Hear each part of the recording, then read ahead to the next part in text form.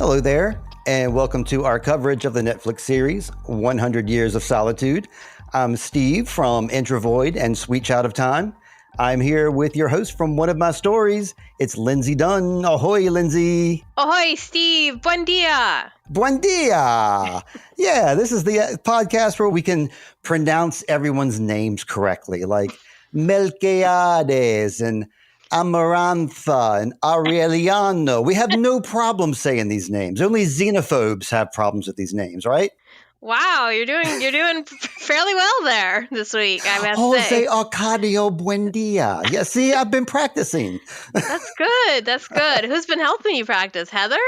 Actually, well, she has been making fun of me a lot, which hasn't really been helping me practice. But I listened to our episode 4, like before we started recording here, and I heard all the bad pronunciations I was making. So I made an effort this evening. It took about a half an hour in the garage to practice saying these names aloud. Melquiades, Rebeca. Let's see who else we got here. Pietro Crespi. Pietro Crespi. Apolinar Moscote. Okay. Moscote. I've been spelling that wrong this whole time. How do you spell Moscote? How do you spell it? It's Moscote. Okay, every time I spell it, it has a little red line underneath of my my notes app. So I figure I'm spelling it wrong, but maybe I'm not spelling it correctly. Sometimes after a while, the computer learns your spelling and it stops giving you that little red line. It has picked up on Melquiades because I've been spelling it wrong like all this time. And so now whenever I spell it right, it autocorrects back to my wrong spellings. I can't help it. Like Heather pointed out on an Instagram post I posted earlier this week, she said, you spelled the name right in the heading, but then like throughout the post, you spelled the name wrong like 2 different times. I'm like, okay, thank you. I'm just making sure that the readers are paying attention. That's right. Yeah. So have you been checking up on any 100 Years of Solitude, the book, or any research before we get into the episode? Yes, I have done some research. As a matter of fact, Steve, I wasn't going to tell you about it, but I guess I'll drop the bomb here. Was it a secret? What is this? You weren't going to tell me about it. Are you going to wait until we get further into the episode? Well, just like Jose Arcadio Buendia, sometimes, when you're discovering the secrets of the universe, you sort of aren't sure who you want to share those secrets with once you discover them. But you find the right audience, like Jose Arcadio found Remedios. She was the right audience, and he was able to talk to her. So I was deciding if you were worthy of these updates. So I think I am, but I do live in a commonwealth, so tread with caution.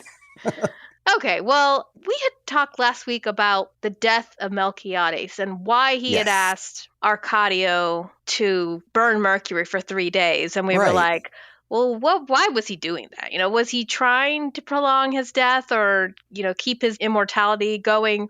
Or was he just trying to make sure the room didn't stink? And we're both kind of like scratching our heads at this and thinking, we sure were. What's going on? So, yes, he told the Buendia family to burn Mercury in his room for 3 days before his death. This is what AI told me, Steve. Oh, no. I liked the answer.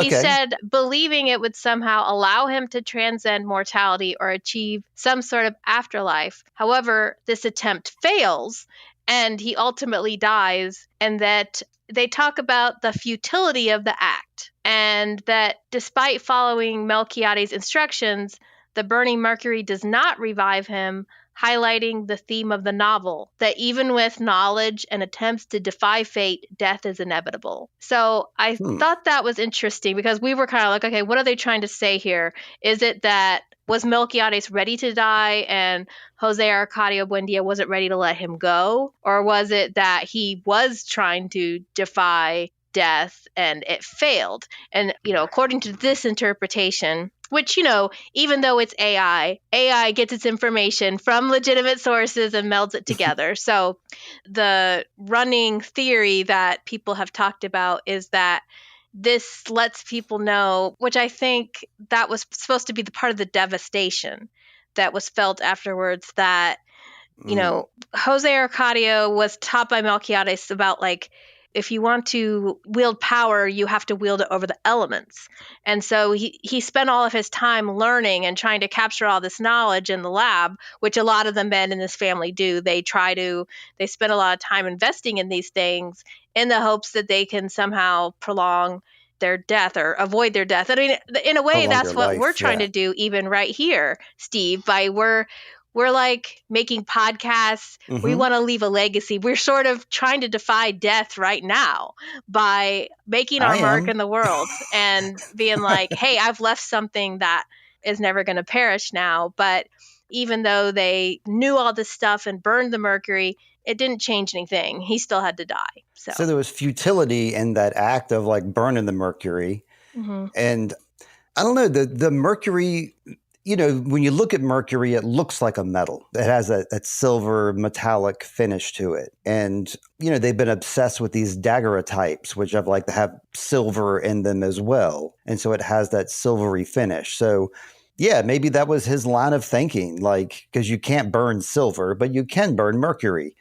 And I need to clarify something too, because you said, is it 3 days after my death or 3 days before my death? It was after my death. Burn the mercury for 3 days. Okay, that's what I thought. I might have misheard you at one point. So yeah, it was a futile act, and I guess maybe they put a lot of hope into that. Like they put a lot of hope into silver and gold. Like when they were like mining for that stuff, they seem to put a lot of, you know, they put a lot of emphasis on that. And after that happens, that sends Jose Arcadio into a spiral of depression. And we know today that mercury is poison. Exactly. I was getting ready to say the Mad Hatters are like crazy from the mercury. Yeah. Is that the act? I mean, we know that the act of Melquiades is what, you know, drew him originally, but like, I don't know. We look at some plain acts of metaphysical activity in this episode, and Jose Arcadio Buendia kind of like downplays it a lot. So perhaps the same thing is at play there, where that's really interesting. He's grown jaded now. He says, well, I guess I saw that as back to the religion. You know, they weren't wanting the religion or the church to control. So he's like, just because you're levitating doesn't mean you're special. People have been able to do that here for quite some time now. Yeah, you know, my kid almost floated away, and I didn't like it. But of course, the depression, the spiral, is what leads him to, and this gets to my second point, leads him to the Chestnut Tree. And I wanted to ask you about that, Steve, because I saw a really deep post on your Instagram page, which of course is the Introvoid page, where you were talking about the Chestnut Tree and the things that tie you to the Chestnut Tree. And I guess I wasn't seeing this as something that applied to everybody. It sounded like you were kind of saying that the things that tie you to the Chestnut Tree are things that keep you well-mannered or behaved or like. So talk to me about that post and how you saw it. Yeah, it came upon me like organically. There's an individual where I work at, and he unexpectedly left. He got a better job offer. And we were talking, like, you know, on his way out the door, like exchanging social medias and stuff. You know, he made some kind of thing like, well, you'll get an offer too, and you'll be out of here in no time. And I was like, nah, they got me tied to the Chestnut Tree pretty good here right now, so I don't think I'm going anywhere.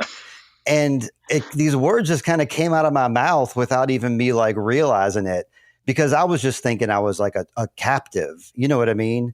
The more I thought about it, I was like, well, what I think I mean by that is, you know, they offer me like a company vehicle and a, you know, company computer and a cell phone I can take home and use on my own, good benefits. And I don't really, you know, I feel very disillusioned at the job a lot of the times. I feel very demoralized. Like my position is not exactly desirable. My pay is not exactly desirable. Don't like it. And I often think about leaving that place. And I've talked to you about this, Lindsey. But then I feel like there's these things that keep me tied into that job and keeps me from going crazy and being impolite, you know, because you don't want to like. And then I started thinking about that a little bit more deeply. Like, the things that keep us tied down, that we don't want to step out of boundaries because we kind of enjoy the chestnut tree. It's really nice and peaceful in the garden. And like, I think that's one of the points that I made, is that like, the ropes feel real nice and the garden's peaceful. Why would I ever want to leave? I don't know if I got to the point that you emphasized, but that's kind of like a meaning that I took from it. That's not the same meaning from the show, of course. The show is telling us something different. And like when the priest asks Jose Arcadio, he has a very direct 2-word answer for it. But that's what it means to me, kind of. It's like keeping myself tied to something that I maybe don't want to be tied to. Yeah, you were making it sound like a pleasant thing, or it's a disguise of a pleasant, it seems pleasant. But I'm not sure if Jose Arcadio Buendia thinks of being tied to the tree as pleasant, but it's supposed to be safe for everybody else. But yet this conversation is what you're talking about, kind of reminding me of Severance right now, how we're watching Severance and there are these perks, perks at work that keep people, that they tell people these things and you kind of think you're getting somewhere because you had a waffle party or you earned a pineapple or something like that. And then you're like, well, I guess my job isn't that bad because they gave me a waffle party, or I got a dance party with Defiant Jazz. They really appreciate me at work. So it's interesting that I don't know, the words you're using are kind of reminding me of how those characters stay tied to the severed floor through those perks. I'm glad I'm not severed, though, because even though I would leave all those bad thoughts behind at work, then I would like come home and I would like not even be aware that that there's more potential at work, or, you know what I mean? I don't like the severance concept personally. I don't think that's a good idea. I don't think anybody does, right? Yeah, no, I don't think. Maybe Joel from Eternal Sunshine of the Spotless Mind thinks it's a good idea because he wanted to forget about Clementine. That's right. Yeah, he's maybe there's a few guys out there like that. But then you think about the other severed person that always has to go to work all the time and like never gets to relax or sleep. I don't know, but we're talking 100 Years of Solitude. Do we have anything else to go over before we began this is episode 5 recap. This one is Remedios Moscote. Remedios Moscote. Yeah. Only a fool would say Remedios. Okay. Yeah. I was listening to our episode 4 and you mentioned in there, and I wanted to bring it up again, how this means remedy. Her name means remedy. And he was writing all over the walls and all over his arm. Wasn't he saying like, I need remedy, or remedy is a remedy for me, or something along remedy those for lines? Me, remedy everywhere, remedy here, remedy there, remedy everywhere. It really did remind me of a Dr. Seuss book sometimes. But sure, but we should be reminded of that. She is like representative of remedy. Right. So yes, the title of the episode is her name. So we know that a lot of the episode is going to be about her and maybe her impact on the family.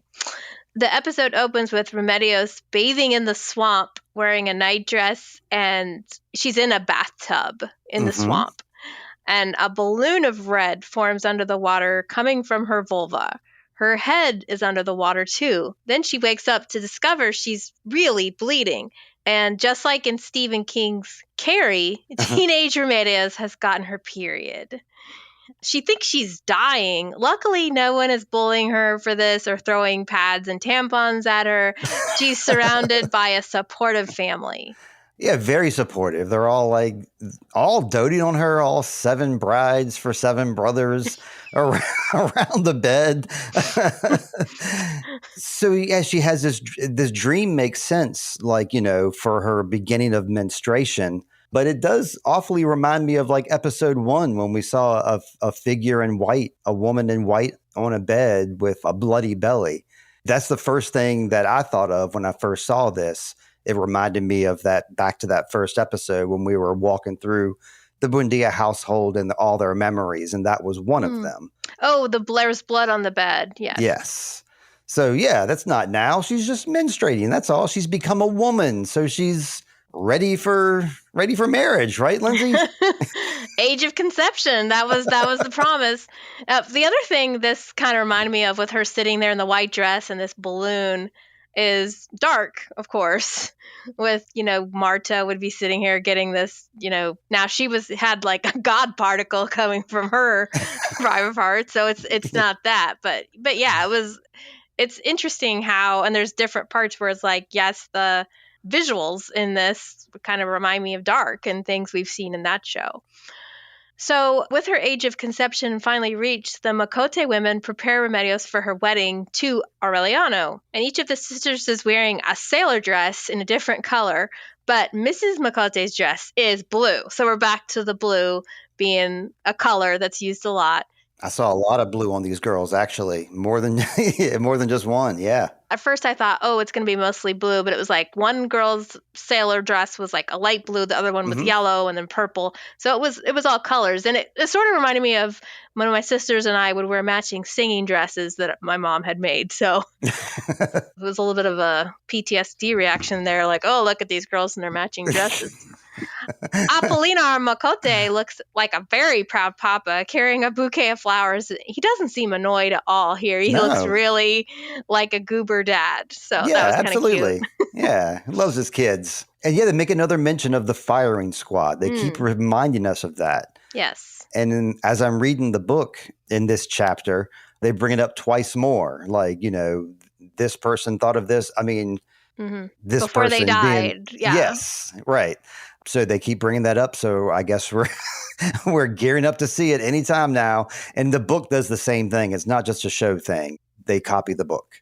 Yeah, it's almost like the effect that has as the narrator is appearing like a timeless being. Yeah. The narrator is seeing like the present and the future, and probably the past too. So it gives them this, timeless feel that makes them seem very wise and removed from the situation. Yeah.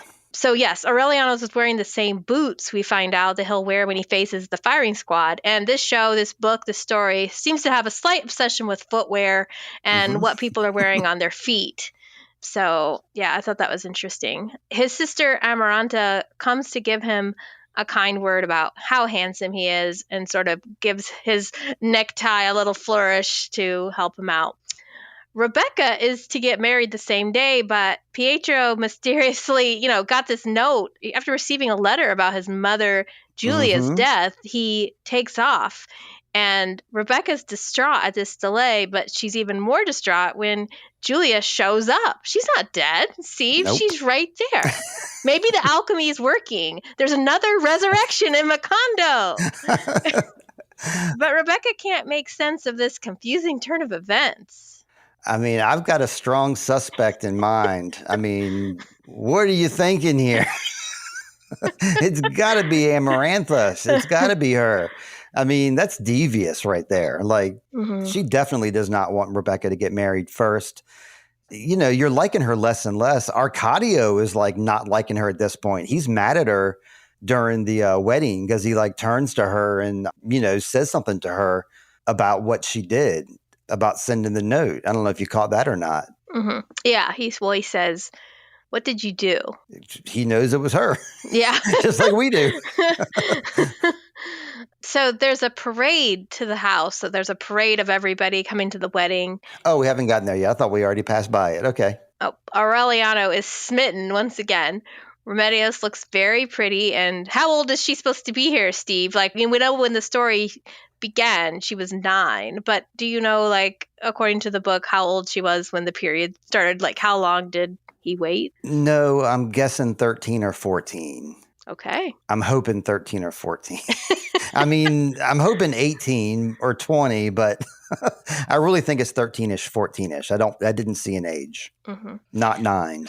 So during the ceremony, the Aureliano drops the ring. And as he fetches it, he sees his father is tied to the tree. Now, they showed Jose Arcadio Buendia previously once, like Ursula seemed to be sort of helping him get ready and kind of saying, not today. But it was a very close-up shot. So I didn't realize when this shot started that he was still tied to the tree. I thought by now, she was getting him ready for the wedding. But no, he's just tied to the tree while everybody else is at this wedding ceremony, which is kind of awkward. Yeah, it is. It's like, the equivalent of like having like a parent in the hospital or something. Like if they can't, not able to come, I mean, he's tied to that tree for a reason. And this is just one instance of like, civilization is coming to Macondo. And now there's really no one to stop anything from happening because our main guy, who is the spokesperson for freedom of the town, is tied to the chestnut tree. But was he really, you're saying he's tied, I mean, maybe it's something we need to talk about later, but you said he's tied to the tree for a reason.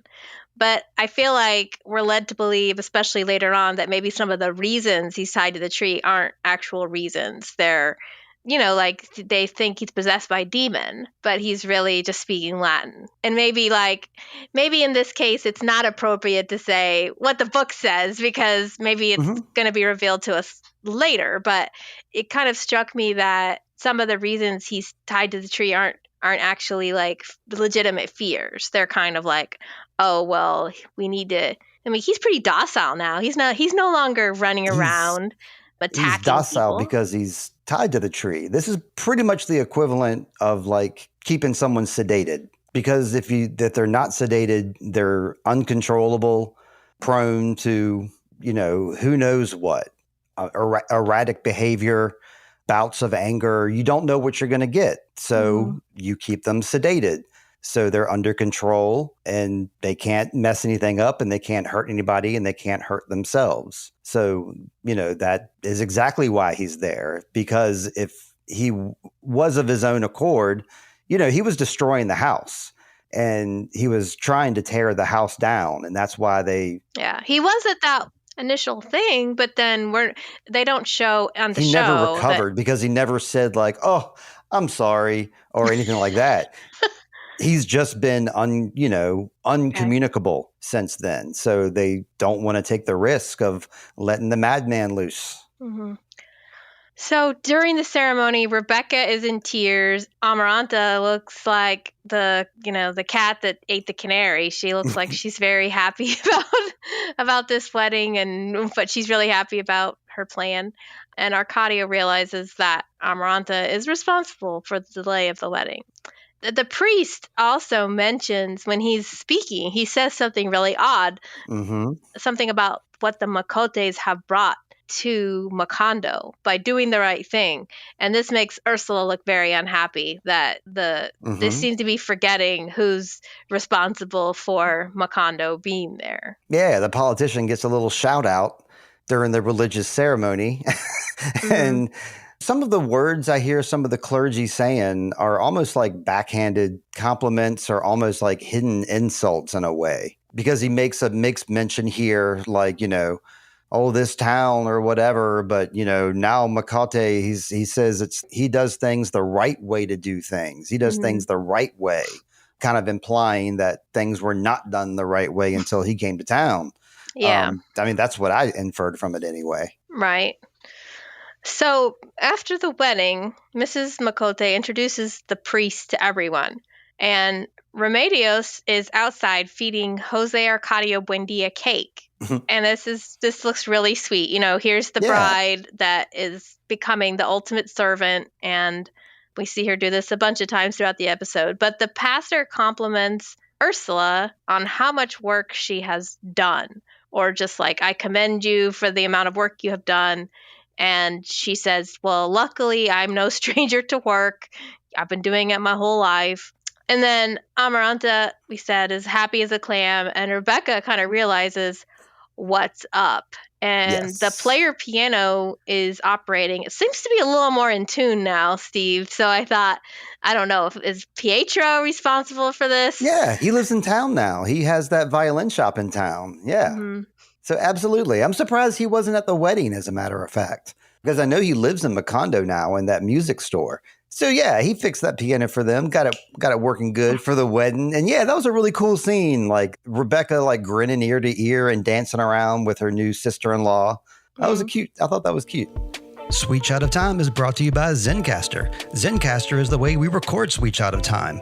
We hook up with our guests via video and we record it on audio. Recently, we've been doing video podcasts with the cast of Time Bandits.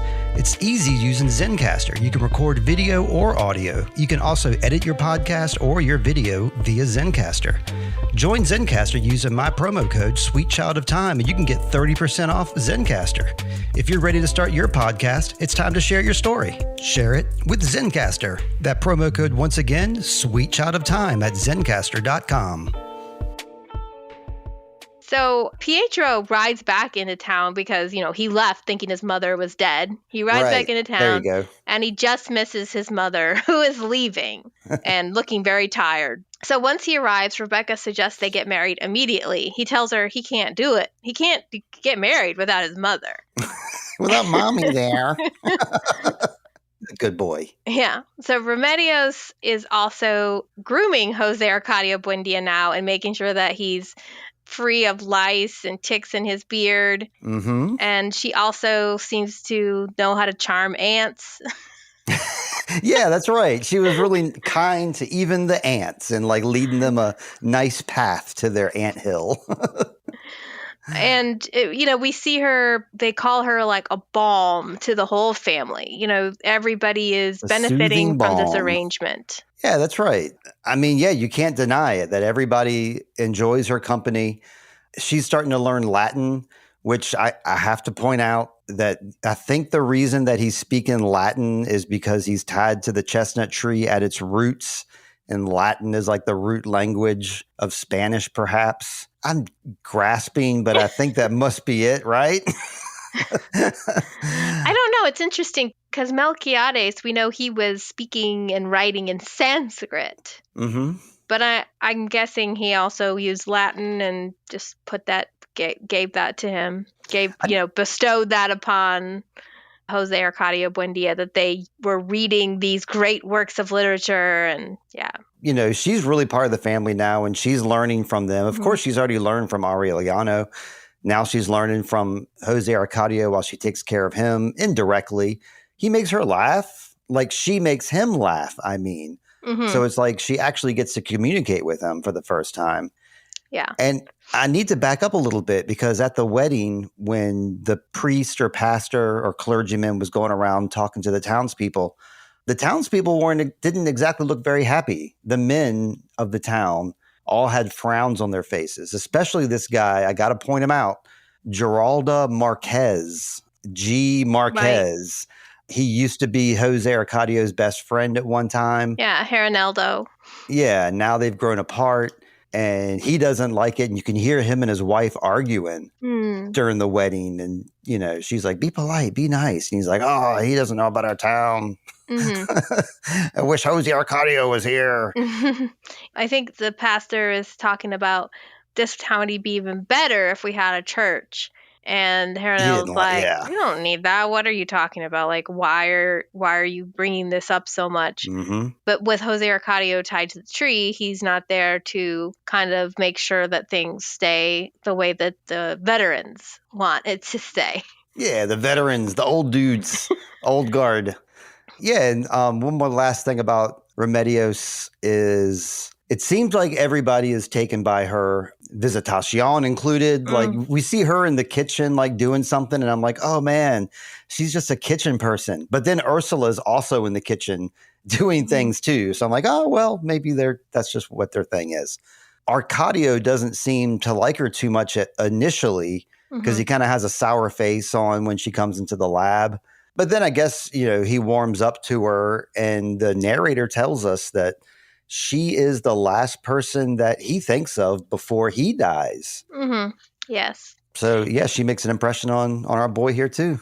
I don't get the impression that that he doesn't like her. He just doesn't really like anybody at this point. Yeah. He's been relegated to sort of the lab, and, we see his relationship with probably everybody in the family except for Amaranta and him have a good relationship, and also Aureliano and he, they're pretty tight.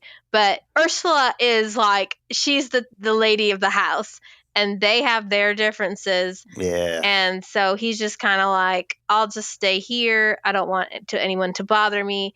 And she kind of has the balls I hate to use that No, yeah. but she comes in there and brings him coffee. She's there to do something nice. And at first he's kind of grumpy about it, but then, he's like, okay, yeah, you can bring me coffee. Fine. I'll let you wait on me. And she gets her portrait done. We see, then he's outside taking her picture. So then Pilar arrives bearing a new sack of joy. Aureliano Jose. She has waited to tell Aureliano about this baby until after the wedding. That was nice of her. Yeah, that was very, very thoughtful.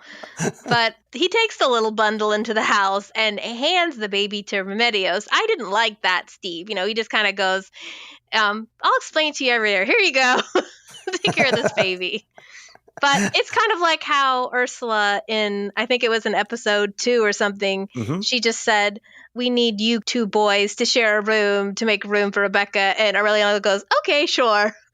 Yep, he's very welcoming, just like Jose Arcadio Buendia before him. It's like, yeah, come on in. That's fine. He's part of the family. Yeah. This family does not believe in the concept of bastards at all.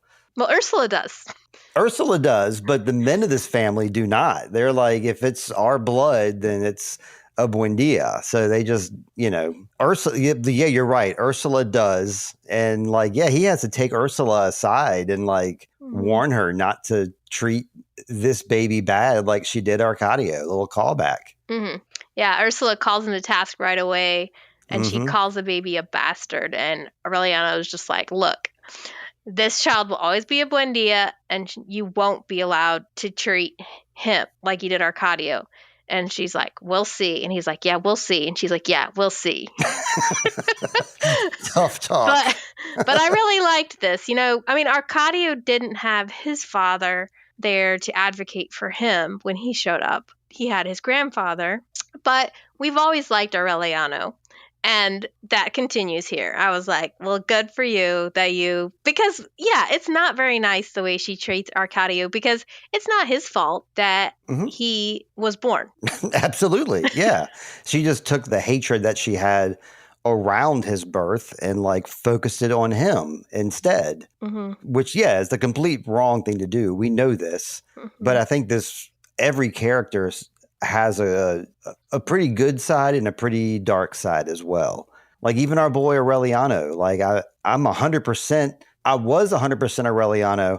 I'm not liking this child bride. I like her herself. She's great. But the fact that they're married is a big strike against the guy. It's the only strike I could find so far. Other than that, yeah, he is my guy at this point. I had something else I wanted to say about that too. Pilar. I wanted to say about Pilar. Okay. They use specific language around characters in the book. They talk about Jose Arcadio, how Buendia, the father, and all these big, grand, strong, strengthy terms. And they talk about Jose Arcadio. We're going to find out later, and all these earthquake and hurricane terms. Pilar is really vilified in the book, big time. All the language around her is snake, whore, slimy, slithery, everything is evil, when they describe her. And I was really picking up on it a lot in this chapter, not so much in the previous chapters. This chapter is when they really start making Pilar seem more evil. And it almost seems like she's the serpent with tempting them to eat the apple or something. I got this baby for you. Take the baby. I don't know. That's a bad analogy. But it's just alarming how vilified she is in the book.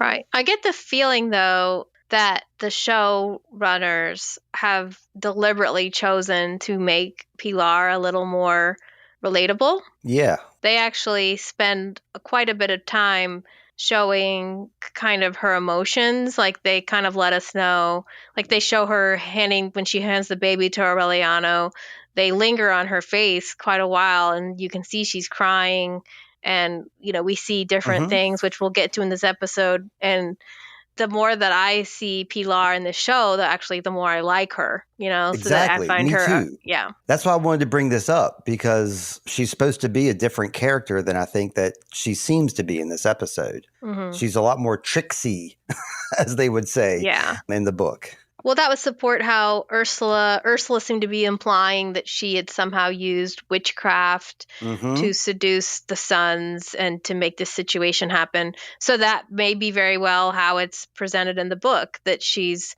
kind of there to stir the pot and just maybe not targeting their family, but every family, because, obviously she has multiple kids, as you shared last week. Now, let's see. He decides to name the baby Aureliano Jose after him and his brother. So he still holds that brother in high regard. Yeah. And Apolinar, Remedios' papa, just says, we'll just bless the baby in the church and nobody will be the wiser. It'll just be our little secret. Baptism, and we have no problem. It's almost like it was like a blackmail-y baptism. Did you pick that up at all, or is that just me? A blackmail-y baptism. Well, he kind of says there won't be a wedding if we don't have the wedding in the church. And now there won't be a secret baby if we have a baptism at the church. So I think it is kind of like, like blackmailish in a way, almost. I mean, not really, but in this book where you're supposed to look at things in a bigger way, that almost seems like what it's pointing to me anyway. Maybe to another reader or to another watcher, it might be different. During the baptism, the camera purposely cuts to Arcadio. And, maybe he's thinking of his own parentage, which, he's got like a look of disgust on his face or something. Disgust? I guess I saw it as him going like kind of relating to the baby, how this baby is like, he knows this baby is not really with his true parents, because I'm sure he knows that, well, yes, he does. He does know that it's Pilar's baby because of what he says later. So at the celebration dinner for this baptism, Rebeca asks how long the padre will stay, because she wants him to marry her to her Italian redhead, Pietro, as soon as possible. But the priest has decided he's going to stay in Macondo, so there's no rush. And he wonders why there isn't a church, and he wants to get one started and speculates that there might be a plague. The plague might have been a form of punishment for them not having a church. Right. Or just doing things the wrong way, back to the wrong way. Like maybe God isn't here and that's why he punished y'all. Right. Yeah, I'm not liking the way this conversation is going. And at this point, I'm liking Arcadio. He sticks up for himself here. Or he doesn't stick up for himself. He just kind of points things out. He's like, this town is really turning conservative. His mom's like, what? And he's like, this town is really turning conservative. Yeah. Yeah, it was a curious why she got so upset. Because he says, everyone has turned conservative overnight. And I wasn't sure why that was such a slam to Ursula. Because I think she's always saw herself as, we see her as conservative, and we saw last episode how much blue she was wearing. And I think you rightly last episode called her kind of like a social climber. I kicked back on that, but after listening to the episode, I agree with you. But I think she doesn't see herself that way. She sees herself as Jose Arcadio Buendia's wife, founder of Macondo, loving mother, taking in orphaned children. So she doesn't see herself that way. So I think that's why, it was such like a shock. And because that's not what the town wanted to be. The town was never designed to be like a conservative town that adheres to like the rigid rules and laws of Colombia. And, we've always been freewheeling weirdos around here, So they're thinking they'll have this church in 3 years. And Amaranthus suggests they wait the 3 years to get married to inaugurate the opening of the church. And no. So going back to what we were just talking about, it does seem odd to me that now Ursula is going along with this plan and thinking, yes, they need to get married in the church. So that really is confusing to me. I don't understand. It does seem like she is working awfully hard to appease the Moscotes. Yes. And maybe even the father. So I wasn't sure why Rebeca and Pietro have to get married at the church. Yeah, I agree. And, Rebeca herself points out the flaws in the logic, because she's like, hey, Remedios and Aureliano got married here. That was all fine and good. What are you saying? Their marriage isn't good enough? Yeah. And, that's a strong, valid point. I personally think that, I hate to say this, this is a plot device. It's like we're setting up the 3-stage reveal of them not getting married. And we have to do it in stages. We have to set up all these dominoes so that, things can escalate. So I think this is just the first step, of course, was the mother not being around because, she got supposedly died, according to Amarantha's letter. Yeah. So that was the first obstacle. And this here is the second one. Yeah, we could just get married right now if your mom was here. Nope. We got to wait until the church is ready in 3 years. So, yeah.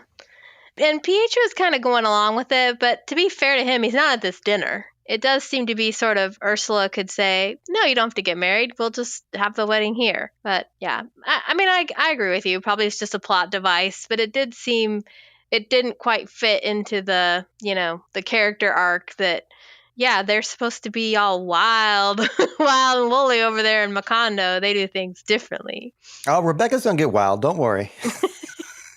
So Apollinaire then approaches Arcadio. Now, he was there during this interaction where Ursula and Arcadio kind of had a tiff, right? At this dinner is when Arcadio makes that comment, and then Ursula's like, what did you say? Yeah. And and she yells and slams the table, and Apollinaire is there. Now, maybe this had nothing to do with that. Maybe he would have offered him the job anyway, but he kind of takes this moment. Maybe he sees there's a rift and an opportunity. So he says, hey, how about you take the job as the teacher at the town school? And Arcadio agrees to take it once he hears he won't be under someone's thumb. I think the key word, what you said there, was opportunity. I think he took the opportunity because he sees that there's this person who potentially could be like a Jose Arcadio Buendia, could throw a real monkey wrench in the works here and be like a rebel rouser. And the best way to sedate a person like that is to, keep him busy, give him some responsibility, tie him to his own type of chestnut tree. Yeah, that's true. That's true. Now that fits in with your job, the job behaving sort of get in line here, take this teacher job. But yeah, I do wonder if Apollinaire meant for him to be teaching alchemy. Yeah, which is of course not like what. Nope. Probably what Apollinaire is in favor of. He might be wanting him to teach Law and Order. Math, things like that, Spanish, proper grammar. So we very quickly meet a new character that maybe is going to become more important later, but he witnesses this doctor being harassed about, showing his papers to prove he has the ability to practice medicine in the town, or the right to practice medicine. And the doctor tells Arcadio that he's a homeopath. Yeah. And, Arcadio's like, okay, nice to meet you, bro. So then he sets up his new schoolhouse, and he's freed from bitterness, they tell us, from taking this job. And he's trying to teach these, they're probably day laborer types. They do construction and stuff like that. He's going to teach them alchemy. Yeah. These young men who are just boisterous, and he's boisterous right back with them. It seems like he fits right in with these guys. So, I think this is a good position for him. I think we skipped over, I don't know if we skipped it over, but he's offered this position as the teacher. He immediately walks out of the house. He leaves home. Yes, I sort of glazed over that. He left home and has sort of a last interaction with Ursula. They have a good face off. Yeah, I thought it was an FU to Ursula personally. But he doesn't really seem happy. He just seems more determined and more I don't know. He's got a path forward here. He doesn't necessarily seem happy when he's leaving the house, and he's kind of like forlorn a little bit.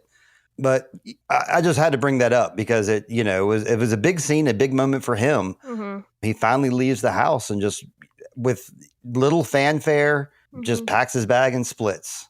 I think it's kind of typical of a child that doesn't feel like he's loved or appreciated his family. You tend to leave and go, I don't need you. I don't need you guys. I'm just going to do my own thing. I can do it on my own. Probably he's going to have some moments where he misses his family. So we'll see what happens when those come up. Is there an opportunity in the future for a reckoning of some sort where we have a heart-to-heart? Who knows? But, this town is growing, though. Like, now we have a doctor, we have a school, and we have a church. So this is like becoming like a real, honest to goodness town now. Our town. Oh, it's like the only thing we're missing is a mill. Then we'll have Little House on the Prairie. Every building there. Paul, where are you at, Paul? So this is where we learned that Jose Arcadio isn't speaking gibberish. He's speaking Latin because the pastor comes to talk to him, and this is Remedios. She gags, ready to throw up when they're having this conversation. And she does. We see it. She throws up. Yeah. Aureliano is going to be a papa. That's right. That's cute. He's got his mustache. It's going to be a papa. And the warring sisters will come together to knit a blanket. Yeah, even they're calling a truce. Like this miracle girl coming into the house and bringing everything together. So then we see that the pastor is unable to pay the workers to keep building the church. He thinks if the doors were open, the money would flood in. And there might be a false correlation there, Father. So then she overhears, meaning Rebecca, she overhears him saying, like, I don't think the church is going to be ready in 3 years. And she's just ready to throw in the towel. And, she tells Pietro, I can't wait anymore. And he's like, we have the rest of our lives. Yeah, but she has a plan, though. She wanted to clue us into what her plan is how she plans to speed this along. I'm drawing a blank right now, Steve. Oh, she decides to masturbate very loudly throughout the house to drive everyone crazy. I don't know. Is that why she was doing it? Yes. I thought she was just desperate. Desperate to get married. Yeah, she wants to get married. And as soon as she gets married, that will stop happening. And so that kind of puts a little fire under Ursula when that starts happening. And of course, Jose Arcadio Buendia thinks it's hilarious. He's laughing while she does it. And I don't understand that correlation between the two of them. Him at the tree, laughing while, she's disturbing the whole house with her loudness. So I just saw it as it's another form of madness that's taken over the house. It's like Rebeca is trying to get married, can't. So then, the strength of her masturbation causes an earthquake. And Ursula, comes to the door and she's just shocked and appalled. And Jose Arcadio just finds this hilarious, how it upsets his prudish wife because he knows what she's like. I mean, this is a woman that was once wearing 7 chastity belts to. Okay. So I think he was just, those two have, it's like a fiery relationship between the two of them. They enjoy disagreeing with each other. It's part of their love for each other is I guess so. His madness and his kind of way of going just too far with everything and her being so uptight about everything. Right. The two of them are just fire so night. That's why he's laughing, just haha, take that, Ursula. Yeah. And then poor Amaranta, she's just, I don't know what to think of her. She's just languishing in misery next door. We see she's not cutting herself anymore, but she's kind of got her hands clenched on her skirt. And I don't know if it's just she's too much like her mother that, I'm such a prude and I'm just going to languish in misery here, So the priest has this open air mass and he drinks some money. Yeah. He drinks chocolate and levitates. Magic. Is this God or the properties of Macondo? Jose Arcadio Buendia just says he's just discovered the 4th state of matter. No big deal. This is, And then he says, until I see God in a daguerreotype, I won't believe your artifice. Everybody else does, though. So if he was not there to second guess him, then I think, everybody would have been swept away into the, I don't know, into the magic of, I don't know. I mean, the guy knew that he was using the fourth element, as Jose Arcadio Buendia said. So it's like, I don't want to say he's like being dishonest, but it seems like he's being dishonest. You mean the priest? Yes. Okay. Yeah, it's kind of like, well, then it kind of feels like, oh, if just Jose Arcadio Buendia were out of the way, I could easily manipulate everybody else. He's sort of the last stronghold. Exactly. Maybe him and Hernaldo also, maybe that this family is the only thing, in particular the men of the family are the only things like keeping the town anchored in reality, or something like that. The father then says he doesn't think the church will be done in 3 years, but maybe 10. And it's Rebeca is, she's going to keep up with her mini earthquakes. Pilar. We see another scene with Pilar. So she congratulates Arcadio on his new job and shares that her boys are obsessed with his lessons. They want chemistry sets. And it's really sweet because, of course, we know that he's her mom and she's probably enjoying the fact that she gets to interact with him in this very innocent way that is allowed according to society.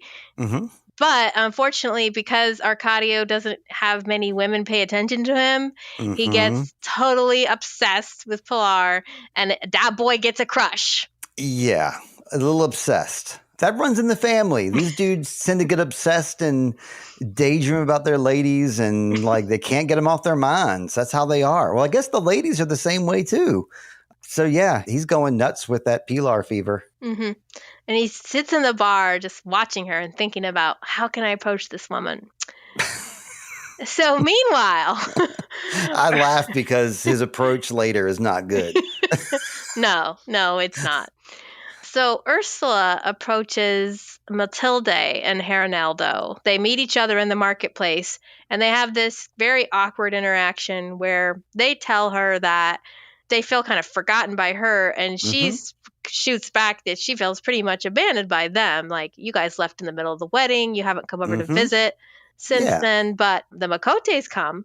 So as much as you don't like them, at least they're not abandoning us.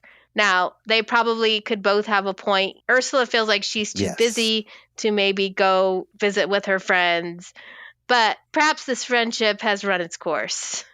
Yeah, I think that's what it is the friendship has run. They may have grown apart. And you're right. They are both right. And they're reasoning with each other. So you really can't argue for one or the other because they're both right. I think it's just another instance of, Ursula just growing apart from her friends in Macondo. Yeah.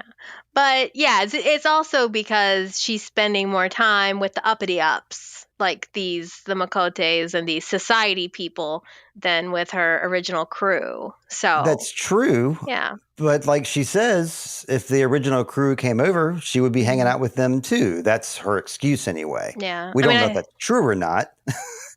But it's really easy to like, you lose friendship with one person, then you become friends with another person. But then the first person sees this new friendship and is like, oh, you got this new friend now, huh? And it's like, well, yeah, what did you want me to do? Like not hang out with anybody? I think Hernaldo, I remember he was in the group of men that came over to try to calm Jose Arcadio Buendia down when he had his original bout. Because he was like, they were good buddies. So maybe for him, that was really hard to see his friend like that. So he's maybe being kind of cowardly now. Like, I don't know how to talk to him anymore. And, fair. The only people that, but maybe he could try, maybe he could come over and visit with his friend and maybe he'll do that later. Who knows? This is where we get, Jose Arcadio Buendia talking to the pastor, and he says, how could they tie you to a tree? And he just says, because I'm crazy. Yeah. Simple. There you go. He kind of that's good. He recognizes that fact, which, if he knows he's crazy, is he really crazy? I don't know. I think that's supposed to be one of the signs that you're not crazy is when you recognize your insanity. No, that's true. That's true. I don't know if it's the case here, but those are true words.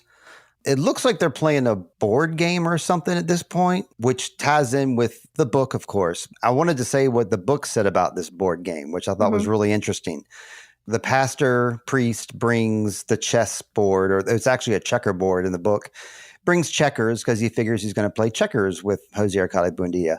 And Jose says, no, I don't want to play checkers with you. You're my enemy. And checkers is a game that you play when two people agree on the rules of the game, and then they play the game fairly. And that's not what enemies do. So I do not want to play checkers with you. Which I thought was I mean, I don't know. I really like that a lot. It really resonated with me. They have a hint of that conversation in the show. Right. He just says something like, I've always wondered why two people can play together who don't. Yeah, it's whatever you just said, Steve. It's a little confusing. Right. But They said it differently in the show than the book. And that's why I wanted to point out what the book said about it, because it just, it's different. Yeah, because I was kind of like, exactly. It sounded like he was saying, why should we have differences? What if we can play this game, how could we have differences? But then that's when the father says, why'd they tie you to the tree? So, yeah, but it's interesting because you would think I guess the father's sort of trying to get him on his side so he'll stop being in the way of his church is what he's really trying to do. Yes, and that's right. He decides after this he's not coming back. So as much maybe Ursula was bragging about how Father what's his name came over, that's over. Yep.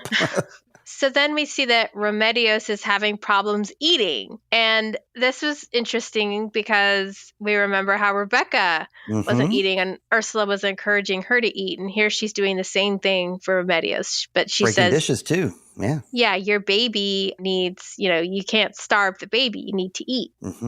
So after Rebecca's next earthquake, Ursula pays a nighttime visit to the pastor and says Rebecca must be married by the end of the month. And she brings some sort of a chest of money, which I thought all the gold coins were gone, but maybe these are ones that have been made with the alchemy.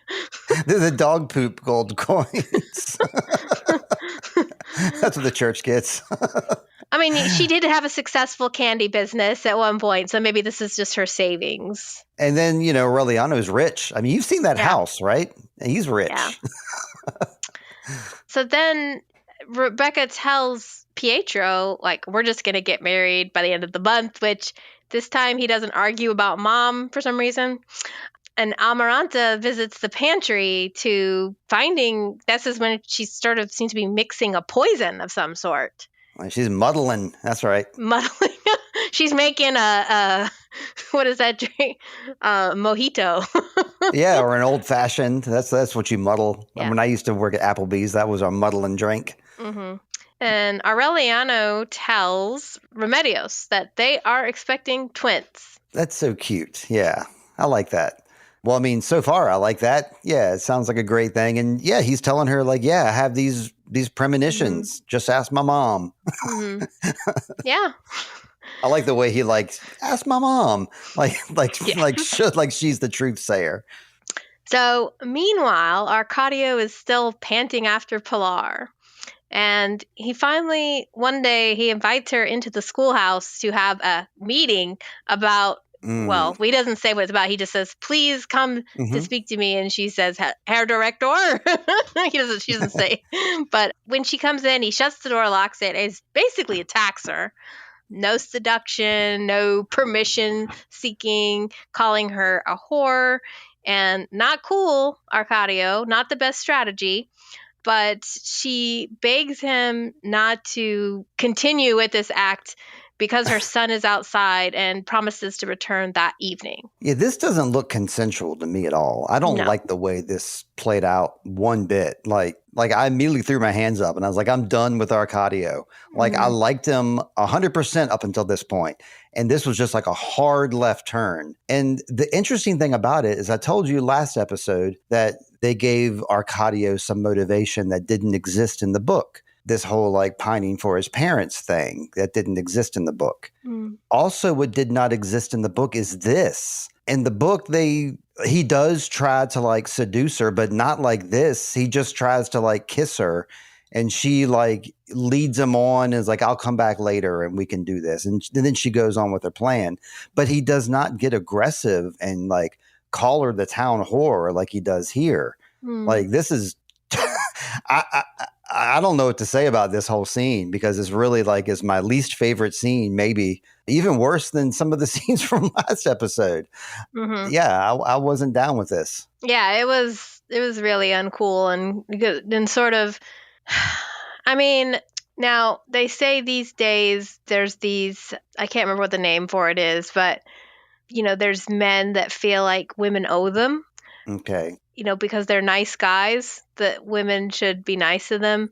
I can't remember the name. Maybe you know what I'm talking about, Steve. Incel? I know. Incel. That's what this reminded me of. That, yeah. And I don't know that was their intent, but that this guy has been so deprived of the female touch that he sort of takes it to the next level. Like, he doesn't, a smart person would be like, hey, I really like you, or, a softer approach. Or maybe even, hey, baby, come here, let's kiss. Not like grabbing her roughly and like throwing her around and calling her names. Yeah. So unless we're supposed to know that he's like just so awkward with women, he doesn't know how to talk to them, that this is the only thing he knows. I guess. I mean, maybe something will come up later that this ties in with. I just know that right now, like it's a deviation that I don't like. Like if it was a deviation that added to like the enjoyment of the show, but at this point, I didn't enjoy it. It just made me not. Maybe that's what they're trying to do, is make us not like Arcadio. Maybe that's what the showrunners want us to do. And also, if you were Pilar, how would you feel about your son calling you a whore? I mean, that would feel pretty bad. Yeah, and she takes it in a really strange way, too. Like, she's almost leading him on. Like, I guess she's afraid to tell him the truth. Yeah, she can't really tell him the truth because she's made a promise. She made the promise to Ursula that he would never know who she was. So she's honoring that. She has her own code of honor. But yeah, I mean, I guess the other option is she could have that psychology where inside she kind of does feel worthless because of the fact that, we found, you said that she had like a past that involved rape from, I think, an uncle or something, or an older person. She may not have the best self-esteem, even though in this show, she comes across as a very confident person, confident in herself, confident in her body, like comfortable with who she is. So we'd like to think that for her, but at the same time, maybe she thinks, well, this is what I deserve. This is the kind of treatment, or maybe this is how she's used to be treating. Although we don't see that from like Aureliano or, the first Jose Arcadio. That is a good point, though. I mean, in the book, the general vibe is that, she's known as somebody who gets around, basically. Yeah. But even so, Arcadio, I don't know. Let's move on. Yeah. So Arcadio, well, fortunately, we're still here with Arcadio for a little bit. Dang it. He has his doubts, but that she will return as promised. And smart person, Arcadio, you're right. He waits in the schoolhouse as instructed, but Pilar sends a false agent, a stand-in named Santa Sofia. Santa Claus? No. I must have spelled that wrong. I put Santa Sofia, so I don't know. You spelled it right. Okay. You spelled it right. And Pilar has paid her 50 pesos, which is half of her life savings. So if she had $1 million, that's $500,000 Pilar gave so that she would have to avoid this situation. I say it's worth money well spent. And instead of being mad, he's okay with this. He doesn't pursue. We don't see him pursue in this episode. Who knows what comes later? He doesn't pursue this further. He seems to really like this stand-in. And it says that for the rest of his days, he huddled like a cat in the warmth of her armpit. Yeah, for the rest of his days. They pretty much spoil us to what's going to happen to Arcadio. He's going to live with this Santa for the rest of his days. And the last person he's going to think of before he dies is like Remedios. Yeah. So I don't big spoilers for Arcadio this episode. I think it's really weird, the turn of events, how like he decides, oh, well, you're a different female here. I guess I'll fall in love with you. Okay. He's pretty easily led. I mean, based on his previous behavior with Pilar, he could have been like mad at this girl and, decide to rough her up or treat her really badly. But that's true, actually. Yeah, sure. Yeah. He's like, okay, you don't smell like, maybe he decides, hey, it's cool that you don't smell like smoke. Maybe that's better. So then Amaranta is praying that she will not have to kill her sister because she thinks, I've promised to do everything to stop this wedding. And Solid. She's praying to the gods, and we see her she's doing a Hail Marys. And it's at this moment that Remedios has a miscarriage that leads to her death, loses both babies, and dies. Aureliano calls for help. Nobody comes. When he does that, maybe everybody's asleep. I don't know. But nobody comes. And even then, maybe, wouldn't have been time to get a doctor because all they have is a homeopath. So. He's not going to be helpful. He just makes essential oils, He said, take some ivermectin. You'll be fine.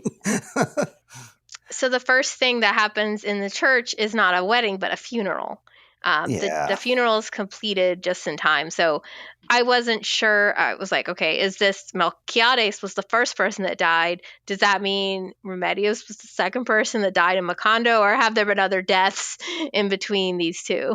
I don't think so. They would have specified, I think. So I do think that we're pretty low on the death scale here. Not very many. And very sad funeral here. Hate to see this. And of course, I got to call back our first scene of the episode when she wakes up in that tub and she has the blood. I believe it might have been a double premonition of her death, perhaps, because for sure in episode 1, we see that image of her in her bed with the white, with the blood, implying the, well, I'm blanking out on the word when you have a pregnancy go awry. Miscarriage. There you go. Mm-hmm. Yeah, it's interesting that I'm remembering now that Aureliano has his own vision of being underwater. Although she's underwater in a tub, he's underwater in a war in the swamp, and there's soldiers, but still there was blood floating in the water. Sure, from shots in that case. Yep. So Amaranta is feeling guilty that she was praying about her sister for something terrible to happen, but so she, as recompense, adopts Aureliano Jose as the child that she will raise. Because I guess Aureliano is, too sad to maybe look after his son. Too sad to be a dad.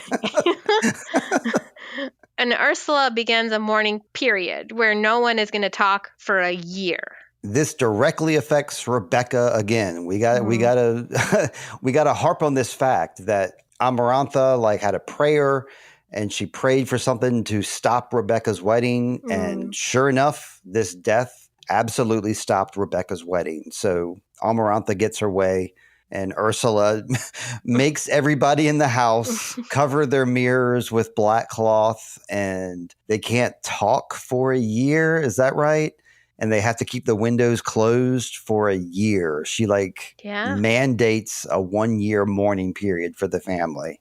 I wonder what that means for that little baby. Oh God! Because we see little Aureliano Jose toddling around in the courtyard, and it's like nobody talked to that little baby for a year. I mean, that's really sad. Hopefully, Amarantha was like, "Hi, baby," whispered, "Hey, good morning." I hope she did. I mean, I hope she's a good mom because I don't like her as a sister. Yeah, I hope she becomes a better mom. We'll find out next episode, I suppose. All right, so that brings us to speaking of next episode, it brings us to our very last scene.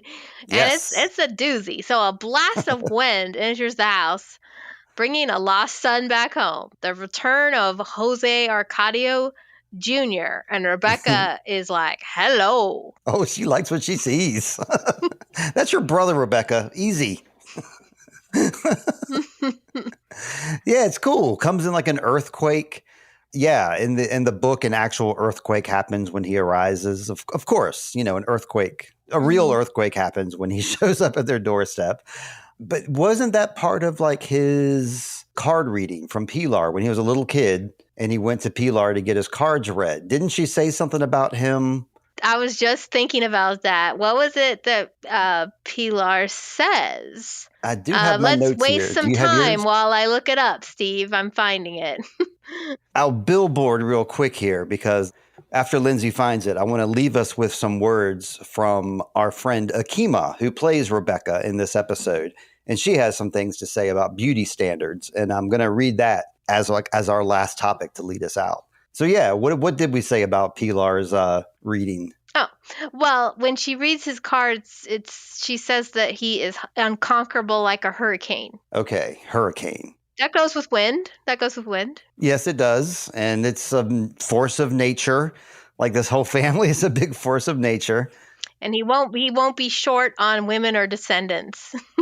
Oh, yeah. Well, he is a good looking man, I got to say. Yep, he is.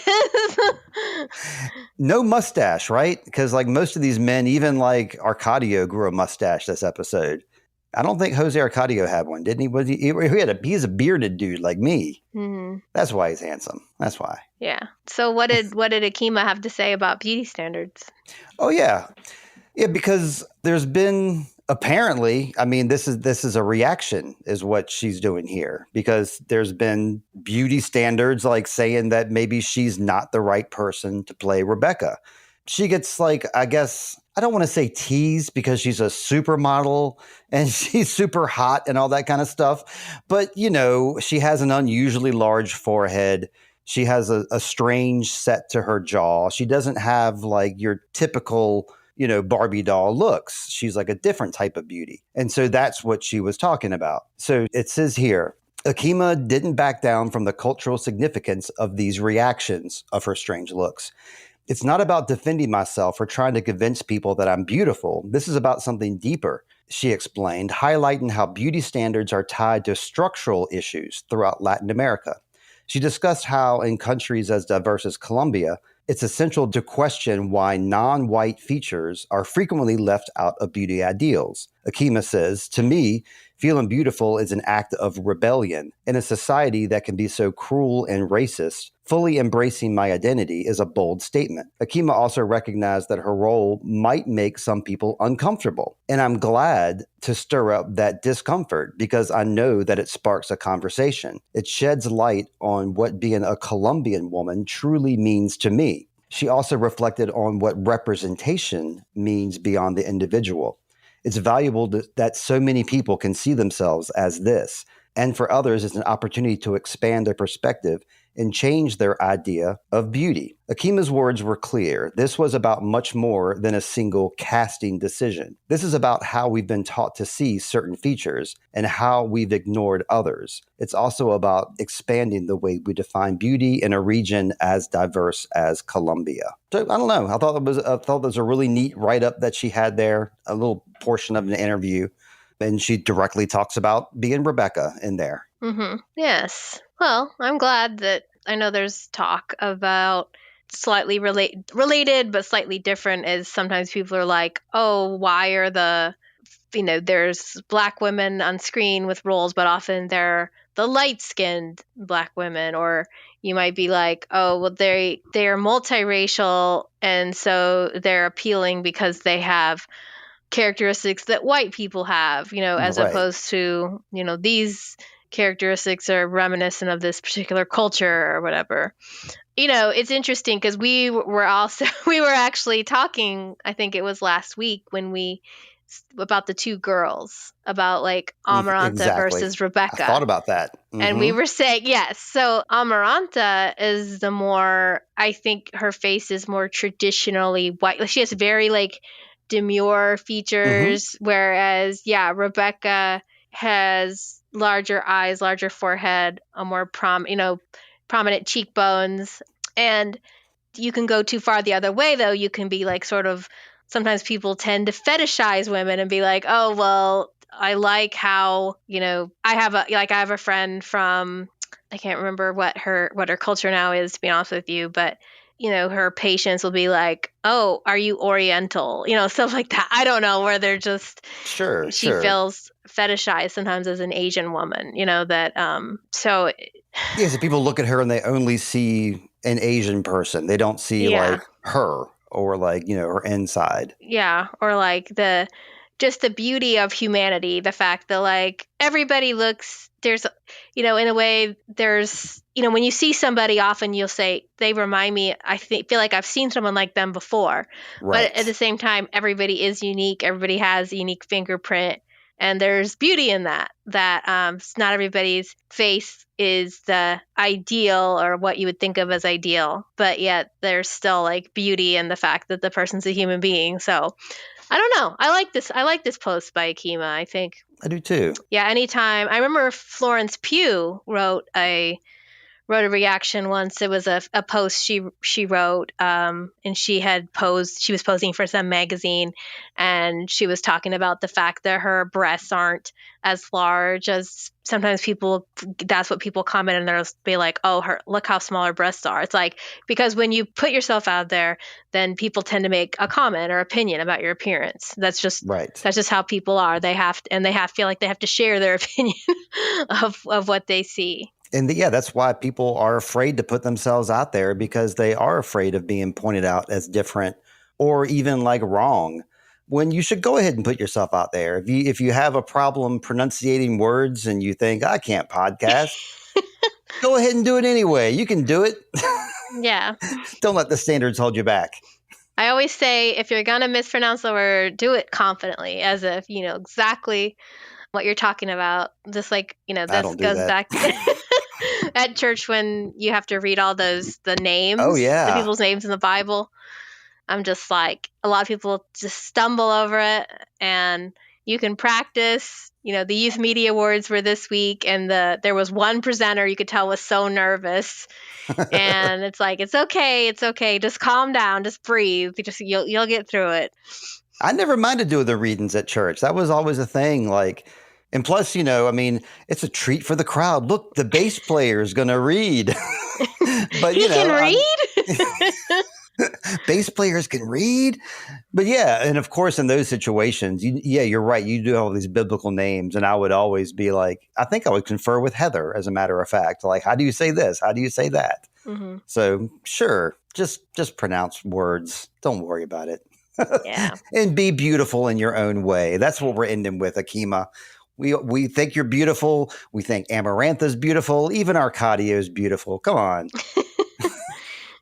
Yeah. I mean, there was something nice about, I was like, he was sitting here in his little, what do they call it? I was trying to think of what Spanx. They're not really Spanx, but they remind me of Spanx. They look like, yes, flesh-colored Spanx. Yeah. Wow. Well, I guess we are at the end of the episode here. Did you have any other thoughts or any other jokes you wanted to share before we go? Well, I think overall this was a very kind of a sad episode, but it continues. It's accelerating. I'm like, okay, now I really do. I know I made comments before about like, I could give it one more episode. Now I'm like, as it's like, I wasn't that attached to Ursula or Jose Arcadio, but I am more attached to their kids. And exactly. Yeah. Yeah. Yeah, I feel the same way too. I think this episode is it's a page turner. Mm-hmm. It really makes you want to get to the next one, especially when Rebeca gives Jose Arcadio that look. You're like, I don't know about this. I've heard of people in this family getting married to each other, but I hope that doesn't go this way. Do I dare say it was a Barnes burner? Oh, dare you. Go for it. And we're done. Yep, I think so. All right. Well, I guess until next week, always check out one of my stories. If you're listening to Sweet Shot of Time, check out one of my stories. She's got some great podcasts over there. And if you're listening to one of my stories, check out Sweet Shot of Time. I got some great podcasts over there too. Our host is Marshland Monster, and he has a bunch of stuff on Marshland Media, including, I'm not going to try to name some of his, sure I will. Okay, let's see. Sweaty Time Pro Wrestling, Engage with Nicolas Cage, the upcoming podcast, Magical Meatball Girls. And you're a girl. Do you think you might check out the Magical Meatball Girls podcast, Lindsay? Why not? Yeah, you should. It's about anime. Are you an anime fan at all? No. Before we get out of here? Me neither. But we'll give him the benefit of the doubt. We'll watch some Sailor Moon with James. But we support James. He's got a lot of great shows. That's my point. We want to support James, Lindsey, and myself by going to Introvoid, by going to oneofmystories.com, by going to sweetchildofTime.com. And everybody always having, what do I say? Water and shade and shoes. Yes. All right. Bye, Lindsey. Bye.